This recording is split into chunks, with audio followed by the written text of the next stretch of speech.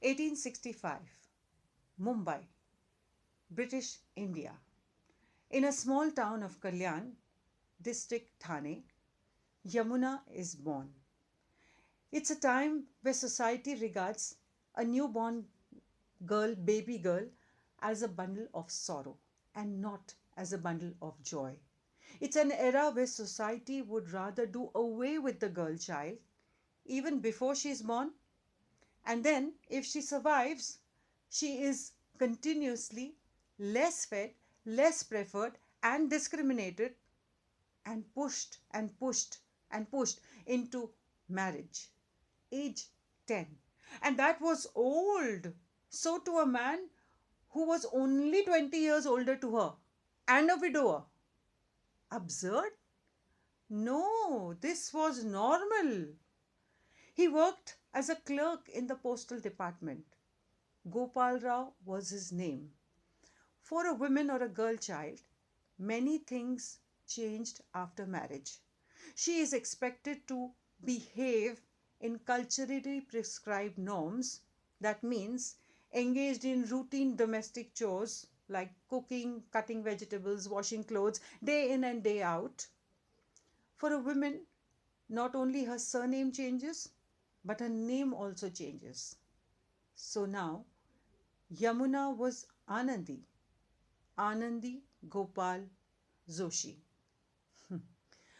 Gopal Rao, however, had married her under one condition, that this girl child would continue to study and educate herself.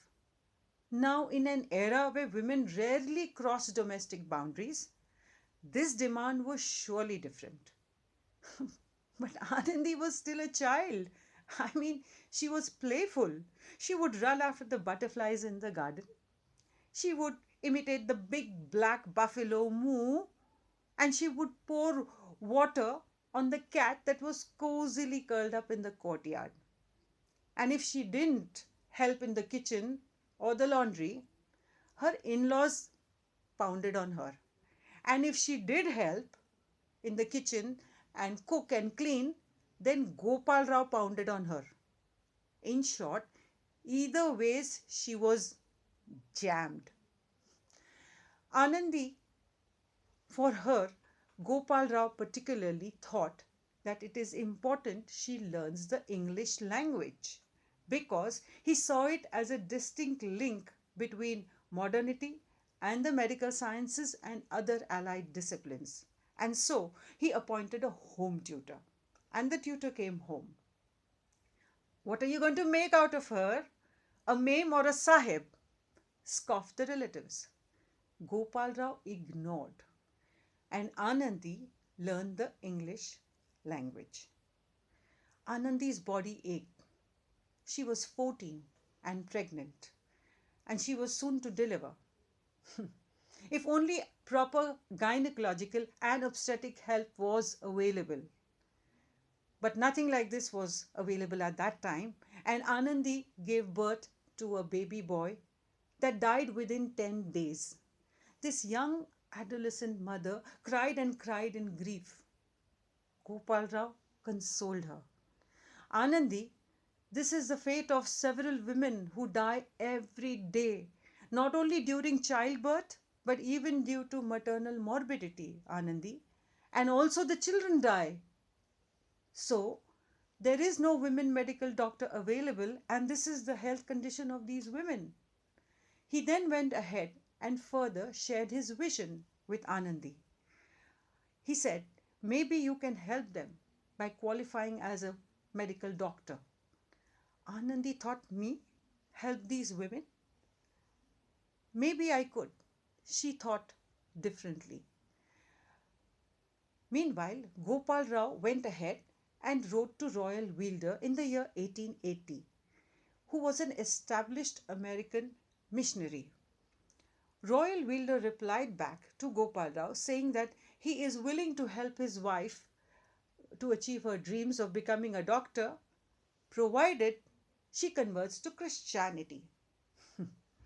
To this, Gopal Rao and Anandi retorted, definitely not. However, Royal Wheeler did go ahead and publish this correspondence in the Princeton's Monthly Review. And Theodika Carpenter read about it. And she agreed to help Anandi to provide her accommodation. And thus started the correspondence between Theodika and Anandi. Anandi also mentioned to Theodika that her health was failing. So Theodika sent her medicines. Anandi shared her vision about what she wants to do with her life.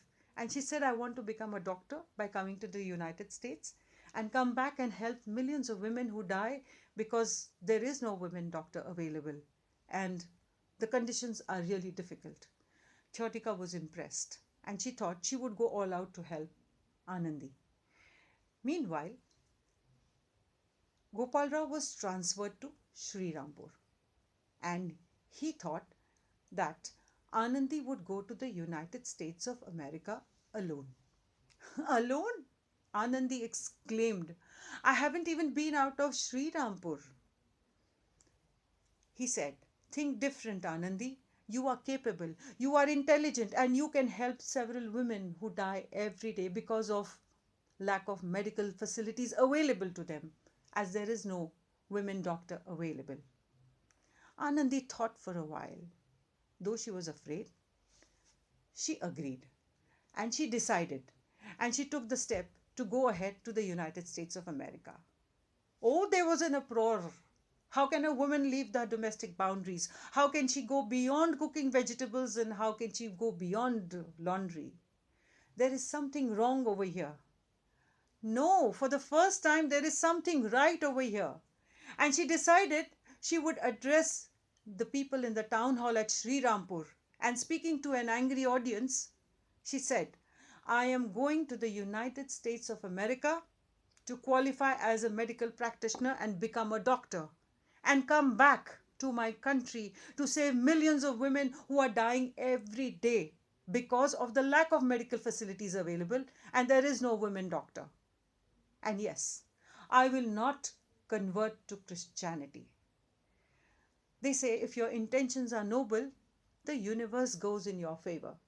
Funds poured in. The British Viceroy, Lord Ripon, at that time offered her a cash prize of 2,000 rupees towards her medical studies. But the point is, how does she travel? By ship, of course, as there was no other means of transportation.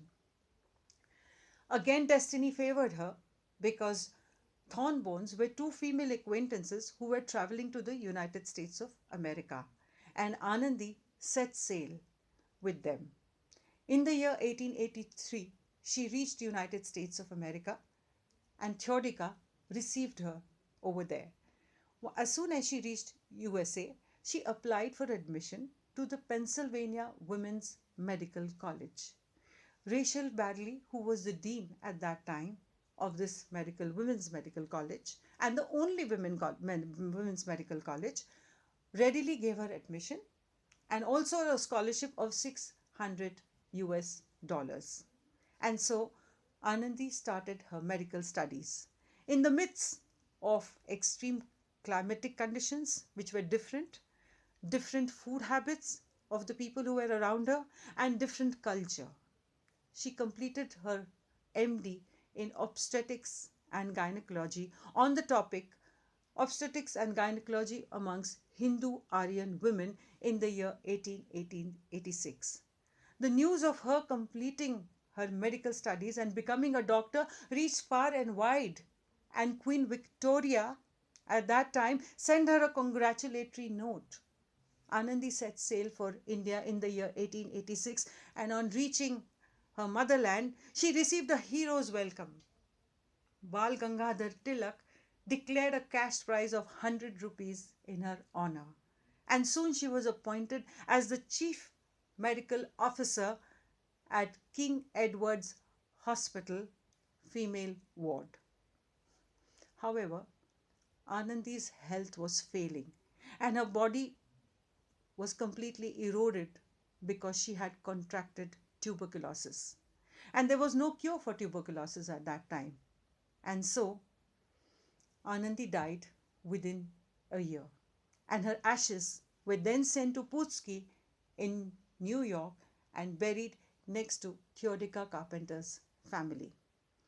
It is said because of medical sciences, today the longevity has increased. So, people may live for, say, 50 years, 60, 70, and 100 and beyond. But few realize that it is not how long we live that matters, but what we do when we are alive. Dr. Anandi Joshi died young, age 21. She died young, but still she added life to her years and not years to her life.